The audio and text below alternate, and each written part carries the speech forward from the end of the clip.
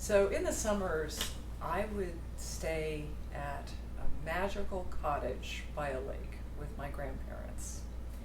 And I think that's when I was first really introduced to storytelling, because my grandfather could weave a tale like no one I've ever met.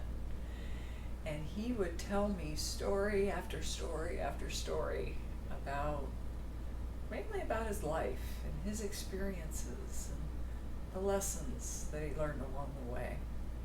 And even though he was a big burly guy, he had the sweetest, kindest heart. And we spent hours walking through the wildflowers and spending time at the little cottage at the lake, which everyone could see because it had orange and yellow shutters that I used to call sunlight. It was a sunlight cabin because it was the only one on the lake with these orange and yellow shutters that looked just like sunlight. And so we spent some of the best times of my life there. Grandmother would be making dolls, grandfather would be telling his stories, and I really learned the art of storytelling from him.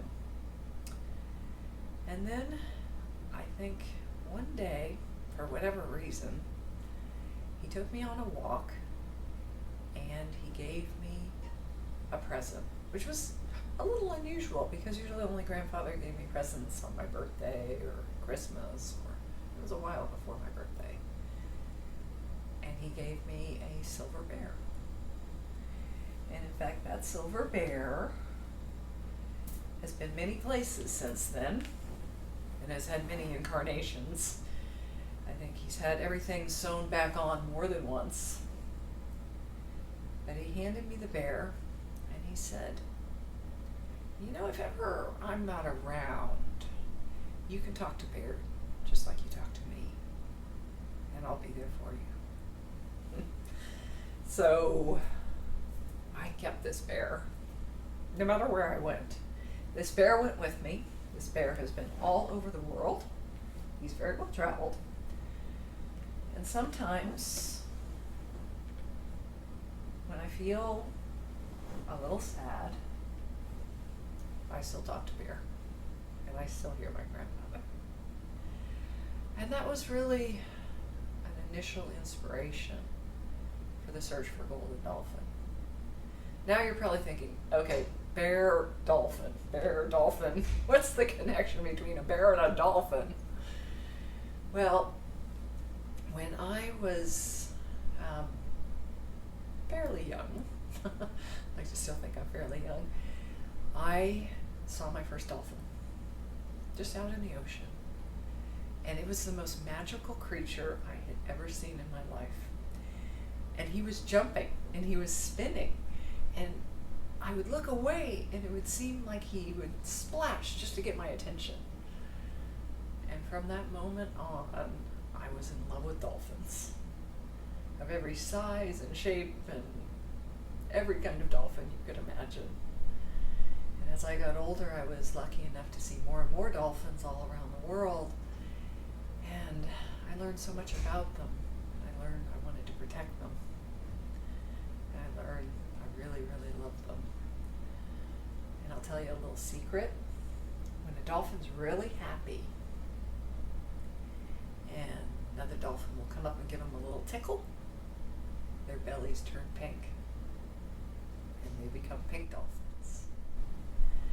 And pink dolphins are just a little bit magical. And so in the story, The Search for Golden Dolphin, there has to be a pink dolphin, of course. And there has to be a magical cottage by a lake with orange and yellow shutters. And maybe even a bear. Now, I don't want to give away too much of the story because what fun would that be?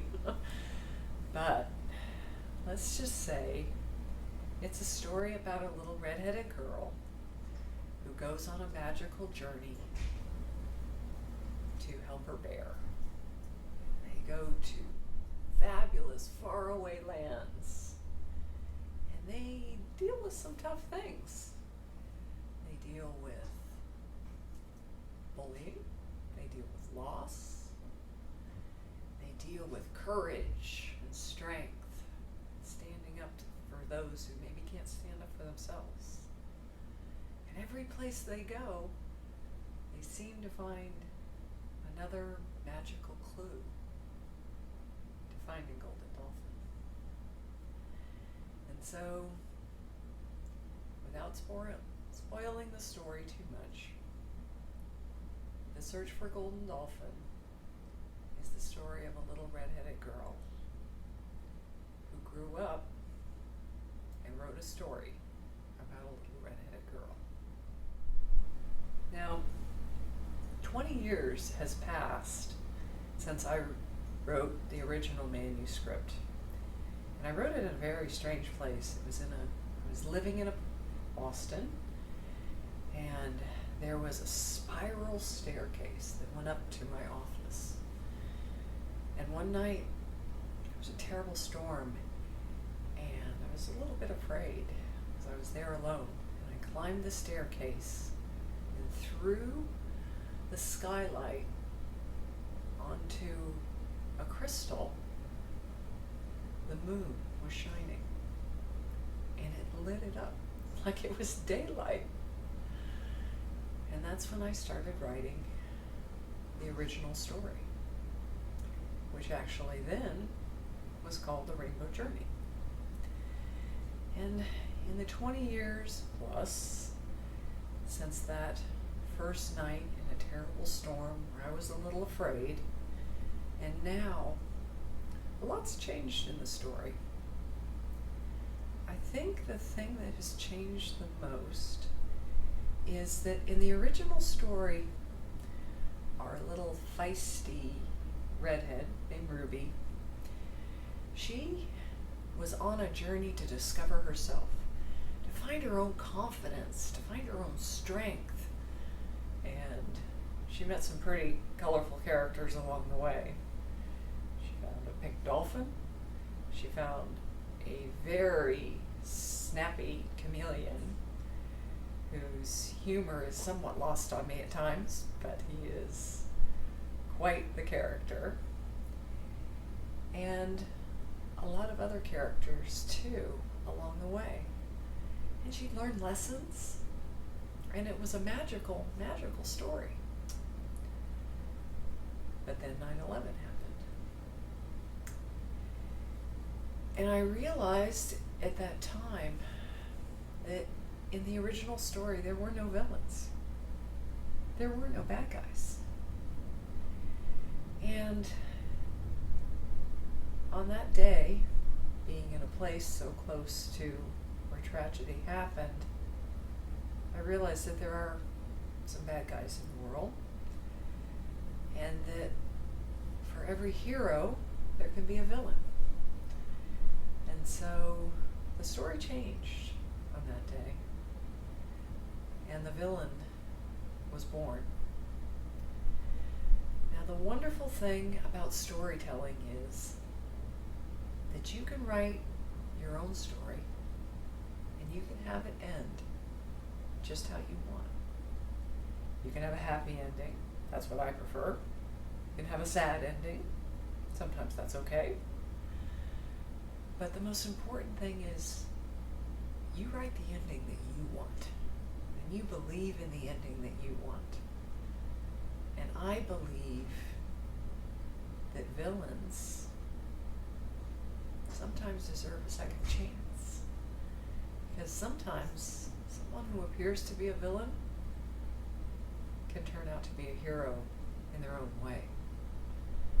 And so the story changed, and Ruby continued along her journey, but there was a villain.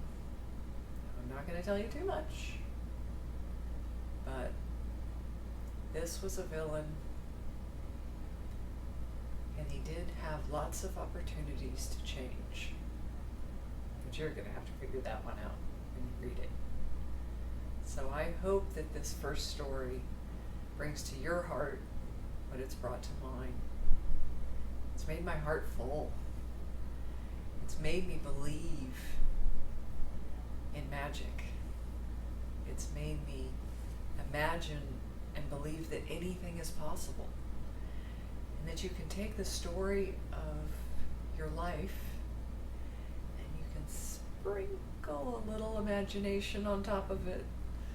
You can sprinkle a little creativity on top of it. And from that, you create a beautiful adventure of your own. And I really hope that Ruby, Topaz Tales, that Elle Little Ones illustrations will inspire you. That even if there's a nasty villain in your life, there's always hope. And hope's one thing, just like love, that never really changes. I think the thing that I enjoy the most in life is helping people. And I try to do that every day, even if it's just something really small. Sometimes I get a chance to do something big. But that's the thing that gives me the most joy, and that's really how I define success and luck in my life. Others might look at my life and think, oh my goodness, she's done so many wonderful things. She's started companies, and she's traveled the world. She's had success, as some people would define it. But I'll tell you a real secret, that helping people is still the biggest success that I've had in my life. I may have started a shoe company, and I do really enjoy making things, and I really enjoy writing stories, and I really enjoy selling things because I like to bring things to other people, and I really love giving things away. All things that I think I learned very early on from my grandparents and my lovely mother.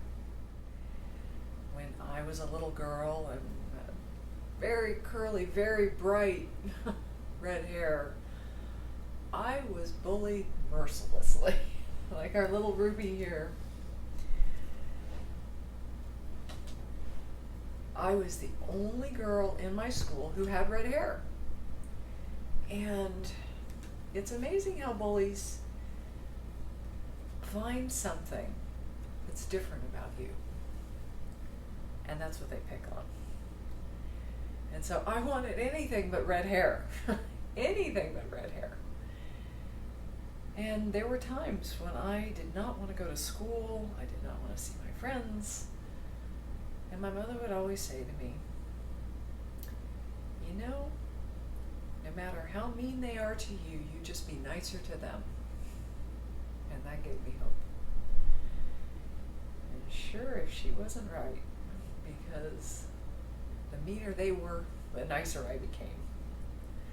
And pretty soon, as I got older, a lot of people had red hair.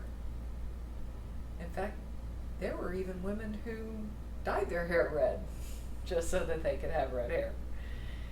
So the thing that for me was the most awful thing in the world when I was little, now all of a sudden people are paying to have red hair. So I guess the message is hope. That no matter how dark things might seem at any point in time, remember that there really is hope that things will change. There really are second chances.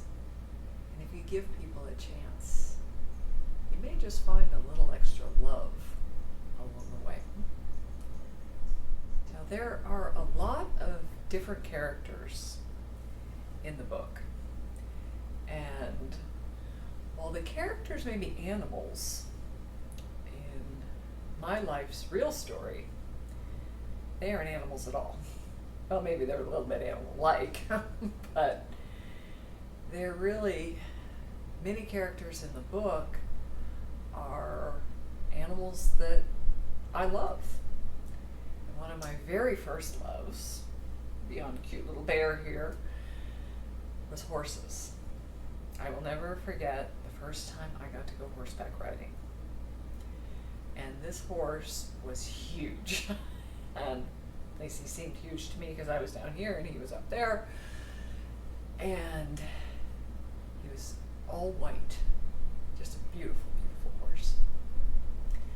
And I got to ride him. And from that moment on, I loved horses. I loved their strength. I loved the way they helped each other. And as horses are herd animals, so they tend to stick together.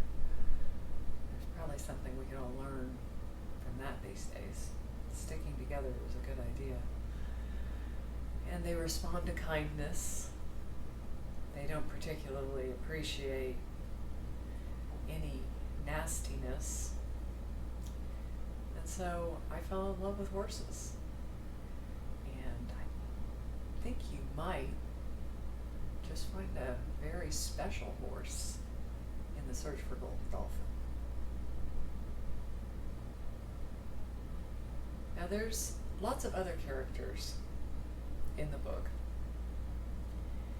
and each one of them has a story. Some are based on people I knew. Some are based on, kind of a mixture of people I knew. But they all have one thing in common, is that Ruby has brought them into her life. And they all seem to be there for a reason. And so one of the very special animals in the book is a yellow wolf. And the yellow wolf he's like a teacher. And I think that's where Ruby really begins to learn, as I've learned through my life, is that lessons come from very unexpected places. Maybe even from a wolf, who you think you'd be afraid of. But sometimes the things we think that we are afraid of, we don't need to be afraid of at all. And we learn the greatest lessons of all from that. I worked on a whale research boat, volunteering to help out. And I will never forget the very first whale I saw. I thought dolphins were big, and some of them are pretty big. This whale was huge, and we were doing some research, and he swam right up beside the boat. And he turned, and he looked me right in the eye. And I thought I had seen every star in the universe in just a second in looking into that whale's eye. And yet he was so gentle. He could have taken our boat and just flipped it over. He could have just gotten all of us very, very wet. And he was just a gentle giant. And I watched him, and one of the things he really seemed to like to do was blow bubbles. He would blow these amazing bubbles. And they would come to the surface, and I would try to grab one. And I realized in that moment that even though I might not see that whale again, I can take his bubble with me. And any time I was afraid, I could wrap myself in a big, giant blue bubble. And that has always stayed with me. That peaceful, majestic creature in a giant blue bubble. So if ever you're afraid, just imagine and believe that you're wrapped in a big blue bubble. And inside that bubble is peace and safety, just the sound of your own breath. And I know that bubble will keep you safe, because it's kept me safe for a very long time. unique journey, something like creating Topaz Tales, which will hopefully be lots of stories told in lots of different ways, through books, maybe through videos. The possibilities are endless.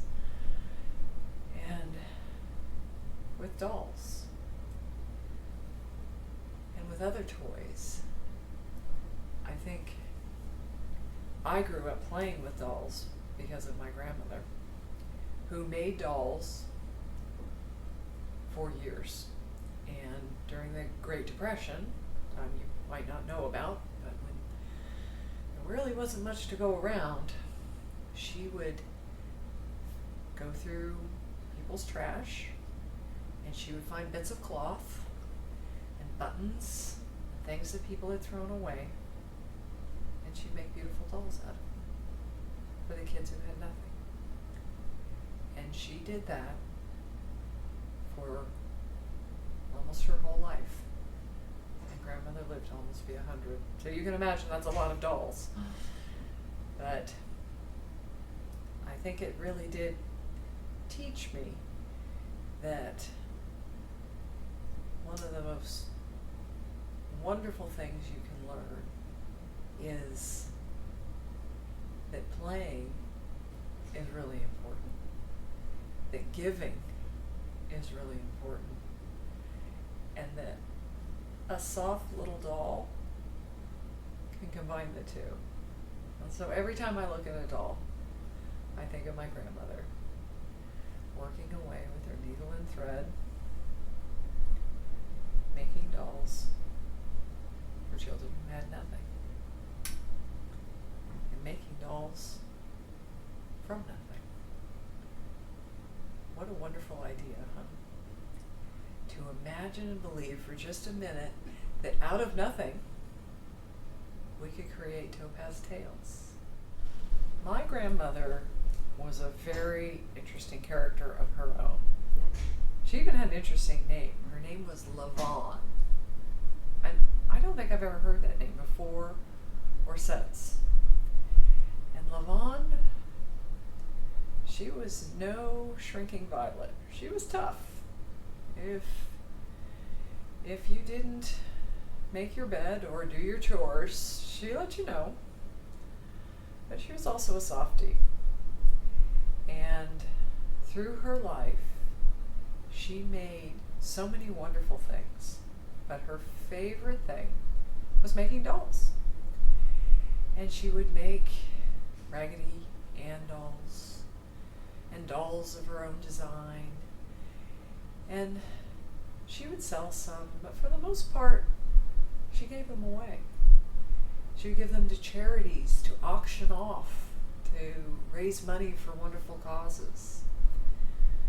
And that generosity of spirit, because my grandmother didn't have a lot. She made her own clothes. She made most of my clothes. I come to think about it, she made just about everything. But her generous spirit of someone who has very little, wanting to make dolls for children who have even less, that's special. So if you're up there, Grandma Lavon, we're making these dolls for you. And I know they're not as good as the ones you would make, but we'll do our best. And I'm sure somewhere up there you're smiling and telling us that if we make enough dolls, we'll make enough smiles, it will change the world. And that's really what I'd love to do, being a part of Topaz Tales. When I think about Topaz Tales, it's a little bit of an unusual name. Topaz is a stone. It's a golden stone. It happens to be my birthstone, but it can also come in other colors. And so I love the idea of a stone that one minute could be golden and the next minute could be turned to blue. every single color of the rainbow. That's something unique to topaz, to quartz, what it's made of. And tails, topaz tails. Well, yeah, it's tales like storytelling, the great tales that we all enjoy.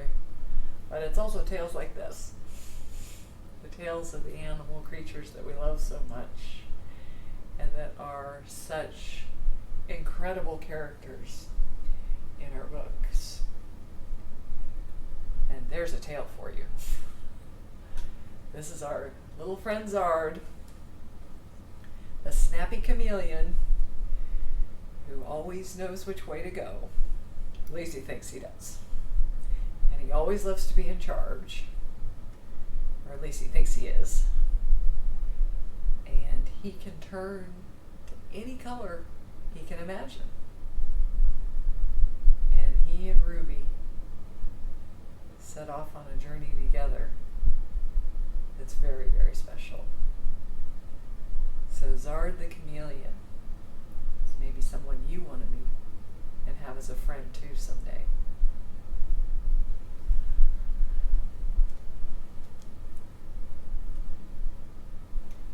You know, we always talk about it takes a village to raise a child. I think it takes more than that. I think that one of the things that excites me so much about Topaz Tales is that it will be an amazing opportunity to work with some of the most creative people I can imagine. Some of the most creative, some I've met, and I suspect some I haven't met yet. And that they'll come together because they'll be drawn to this in the same way that I am. Drawn to bring a little more kindness into the world. Drawn to have us all never lose hope. And to know that if we work together, and if we keep telling fanciful stories, and we keep taking wonderful adventures, that we're going to find answers that we can't even imagine.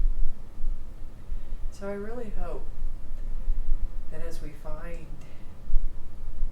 new stories to be told and new characters emerge, that they'll all join together and make Topaz Tales something I can't even imagine. The book is dedicated to some wonderful people who I have met along the way. And you've heard about my mother, Tiki. That's T-I-K-I. She used to say like the god, but it was only a nickname. Her real name was Priscilla. You'd probably change it to Tiki too. And she was an incredible artist. She was an incredible writer and a real inspiration to me. And you've heard about my grandmother, Lavon, and you've heard about my grandfather. And I bet you can't even guess what his name was. Merlin. No, I'm not kidding. I had a grandfather called Merlin, like the magician. And he was a magician in his own way. And they were wonderful influences on me when I was very young. They taught me to make things, and I loved to make things and to sell things and to carry them along in my little red wagon, which I painted gold for marketing purposes. And I really enjoyed seeing what making something and sharing it with someone was all about. And so they really were the earliest influences in my life. But since then, I've been so blessed by so many amazing people. And sometimes you meet them in the strangest ways. I met L. Little One riding an airplane from Las Vegas to Portland, Oregon. Can you imagine? Sin City. And I end up meeting an angel on an airplane who turns out to be a fabulous artist and a very, very dear friend who I call my goddaughter. And now she has a daughter of her own. And these stories and these illustrations and these dolls have taken on so much more meaning. And I can see in her daughter's eyes the possibilities of the future and just how much Topaz Tales could do in the world. And so you keep wandering along your journey and you keep meeting more people. I've met my little goddaughter's husband is a fabulous artist himself. He's a singer, and he writes music, he writes beautifully. And one of the most magical coincidences is that he is fluent in Spanish. That is, in fact, his native tongue. And he took the search for Golden Dolphin and did something I did not believe was possible. I honestly did not believe was possible. He translated it into Spanish. Now imagine how difficult this is. I do not speak a lot of Spanish. I would love to speak more. But Spanish is such a beautiful, lyrical language.